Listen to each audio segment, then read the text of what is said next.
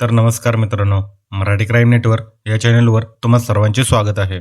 तर सुरू करूया आजच्या स्टोरीला.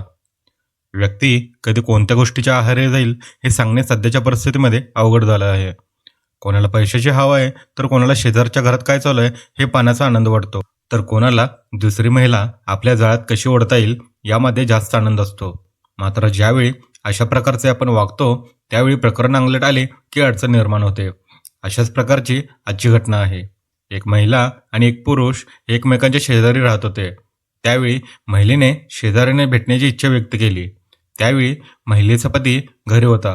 मात्र त्यामधून मार्ग काढून महिलेने शेजाऱ्याला वेळ दिला. असे काही केले, शेजारच्याचा त्यामध्ये मृत्यू झाला.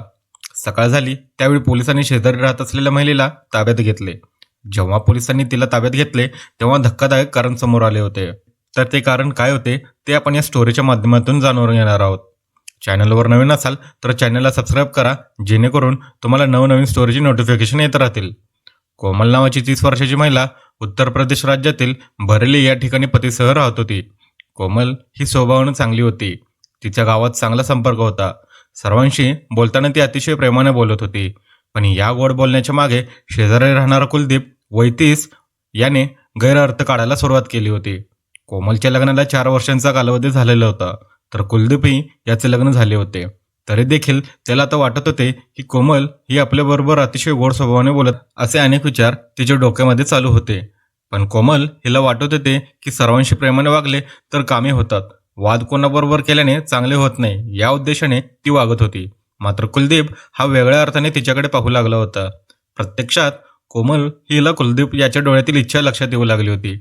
त्यामुळे कुलदीप याला बोलायला ती टाळू लागली होती. मात्र कुलदीप हा घरी शेजारीच राहत होता. त्यामुळे या दोघांच्या गाठीभेटी होत होत्या. तरी देखील कोमल त्याला टाळत होती. कोमल ही आपल्यासोबत बोलत नाही याचा आता कुलदीपला राग येऊ लागला होता. कारण काही दिवसातच कोमल ही त्याच्या जाळ्यात अडकेल असं त्याला वाटत होतं. पण कोमल आता बोलत नसल्याने तिच्याबरोबर प्रेमसंबंध कसे प्रस्थापित होणार असा प्रश्न कुलदीपला पडला होता. एक दिवस कोमल हिचा पती बाहेरगावी गेला होता. त्यावेळी कोमल ही घरात एकटी होती. त्याचाच फायदा उचलत कुलदीप हा कोमलच्या घरात गेला. गेल्यानंतर कोमल हिच्यावर नाराजी व्यक्त केली. त्यामुळे कोमल हिने तुम्ही ज्या पद्धतीने वागत आहात ते मला मान्य नाही असे सांगितले. कोमल म्हणाली की माझ्या ज्या काही इच्छा आहेत त्या सर्व इच्छा माझा पती पूर्ण करतो आणि माझे त्यांच्यावर खूप प्रेम आहे. असे सांगत असताना कुलदीप याला राग आला होता. घरात आलो आहे तरी पण चहा पाणी तर द्या असे म्हणून कुलदीप हट्ट करू लागला होता. काही वेळात कोमल ही चहा करण्यासाठी गेली. कुलदीप याने मोबाईल बाहेर काढला आणि व्हिडिओ रेकॉर्डिंग सुरू केली. काही वेळातच कोमल चहा घेऊन आली. तेव्हा कुलदीप याने कोमल हिला पकडले. काही वेळातच कोमलबरोबर शरीर संबंध केले. जो काही प्रकार झाला होता तो कोमलच्या इच्छेविरुद्ध झाला होता. त्यामुळे कोमल ही नाराज झाली होती आणि कुलदीप याला घरातून हाकलून दिले. जेव्हा कोमलचा पती घरी आला तेव्हा कोमल हिने जो काही प्रकार घडला होता तो आपल्या पतीला सांगितला नाही. साधारण 4-5 दिवसांचा कालावधी निघून गेला होता. त्यानंतर कुलदीप हा मोबाईलमध्ये जे काही रेकॉर्डिंग केले होते दाखवून कोमल हिच्याबरोबर जवळीक साधू लागला होता. कोमल हिने झालेला प्रकार पतीला सांगणे गरजेचे होते. मात्र तिला वाटत होते की जर हा प्रकार पतीला सांगितला तर भांडणे वाढतील. त्यामुळे तिने जे काही केले होते ते मनात ठेवले होते. मात्र कोमल ही शांत बसली आहे याचा अर्थ ती माझ्यावर प्रेम करत असावी असे कुलदीप याला वाटू लागले होते. त्यामुळे तो कोमलच्या जास्तच संपर्कात येऊ लागला होता. काही महिने हा प्रकार चालू होता. जेव्हा कोमल ही कुलदीपला भेटायला नकार देऊ लागली त्यावेळी कुलदीप याने जे काही रेकॉर्डिंग केले होते ते तिला दाखवायला सुरुवात केली. आता मात्र कोमलच्या पायाखालची जमीनच सरकली होती.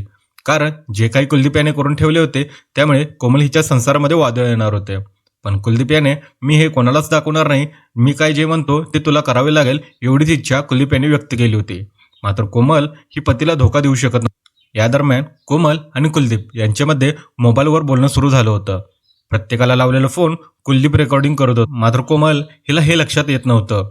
कोमल हिला वाटत होतं की आपण कुलदीप याने जे काही केले त्यावर पांघरून टाकण्याचा प्रयत्न केला, पण तो आपल्याच आयुष्यात वाद निर्माण करत आहे. त्यामुळे आता कुलदीप याचा काटा काढण्याशिवाय पर्याय नाही. कारण हे असे चालू राहिले तर पती सोडून देईल असे कोमल हिला वाटत होते. त्यानुसार कोमल हिने प्लान आखायला सुरुवात केली. 30 जानेवारी 2025चा तो दिवस होता. त्या दिवशी कुलदीप यांनी कोमल हिला फोन केला आणि आज रात्री आपण दोघे भेटू असे ठरवले. त्यानुसार संध्याकाळची वेळ होऊन गेली होती. कोमल हिचा पती घरी आलेला होता. काही वेळातच कुलदीप हा देखील कोमल हिच्या घरी आला होता. कोमलच्या पतीबरोबर तो आता गप्पा मारत होता. त्यावेळी कोमल हिने चहा आणला. चहा आणल्यानंतर कोमल हिने कुलदीप याला पतीच्या चहात गुंगीचं औषध टाकण्याचा इशारा केला. त्यानुसार कुलदीप याने चहामध्ये गुंगीचं औषध टाकलं होतं. काही वेळातच कोमलचा पती बेशुद्ध पडला. रात्र झाली होती. पतीला सकाळपर्यंत शुद्ध येणार नव्हते असे कोमलला वाटत होते. मध्यरात्रीच्या सुमारास कोमल आणि कुलदीप हे दोघेही कुलदीपच्या घरात गेले. गेल्यानंतर कुलदीप आणि कोमल यांच्यामध्ये शरीर संबंध सुरू असताना कोमल हिच्या मनात जे काय होते तिने ते करायला सुरुवात केली. काही वेळातच कोमलीने कुलदीपचा गळा पकडला. गळा पकडल्यानंतर कुलदीप घाबरून गेला. जे काही चालू होते त्याच्यामध्ये अचानक कोमल हिला काय झाले असा प्रश्न कुलदीप याला पडला होता. मात्र गळा दाबल्यामुळे त्याला काहीच करता आले नाही. पण त्यावेळी कोमल हिने म्हणले की मी तुझ्या चुकांवर पांघरून घातले होते, पण तू मला ब्लॅकमेल करू लागला आहेस, माझा संसार मोडत आहेस, त्यामुळे तुला या जगात राहण्याचा काहीच अधिकार नाही असे म्हणून जोराचा झटका कुलदीपच्या गळ्यावर दिला. काही वेळातच कुलदीप याचा मृत्यू झाला होता. त्यानंतर कोमल हिने कुलदीपचा मृतदेह पायऱ्यांवरून खाली खेचत आणला आणि तिच्या घरात प्रवेश केला. घरात प्रवेश केल्यानंतर ती झोपी गेली. शनिवारी 1 फेब्रुवारी 2025चा दिवस उजाडला. त्यावेळी कुलदीप याच्या घराचा दरवाजा उघडा दिसला. शेजारच्या लोकांना कुलदीप याचा मृतदेह दिसला. त्यावेळी त्यांनी तत्काळ पोलिसांना फोन केला. पतीचा मृत्यू झाल्याचे कळाल्यानंतर कुलदीप याची पत्नी देखील घरी पोहोचली. पोलिसांनी घटनास्थळी पाहणी करून मृतदेह रुग्णालयात पोस्टमॉर्टमसाठी पाठवला. जेव्हा पोस्टमॉर्टम रिपोर्ट आला त्यावेळी कुलदीप याचा मृत्यू गळा आवळून करण्यात आला असल्याचे समोर आले. त्यापूर्वी शरीर संबंध झाल्याचे या अहवालामध्ये स्पष्ट दिसून येत होते. त्यामुळे पोलिसांना अडचणी वाढल्या होत्या.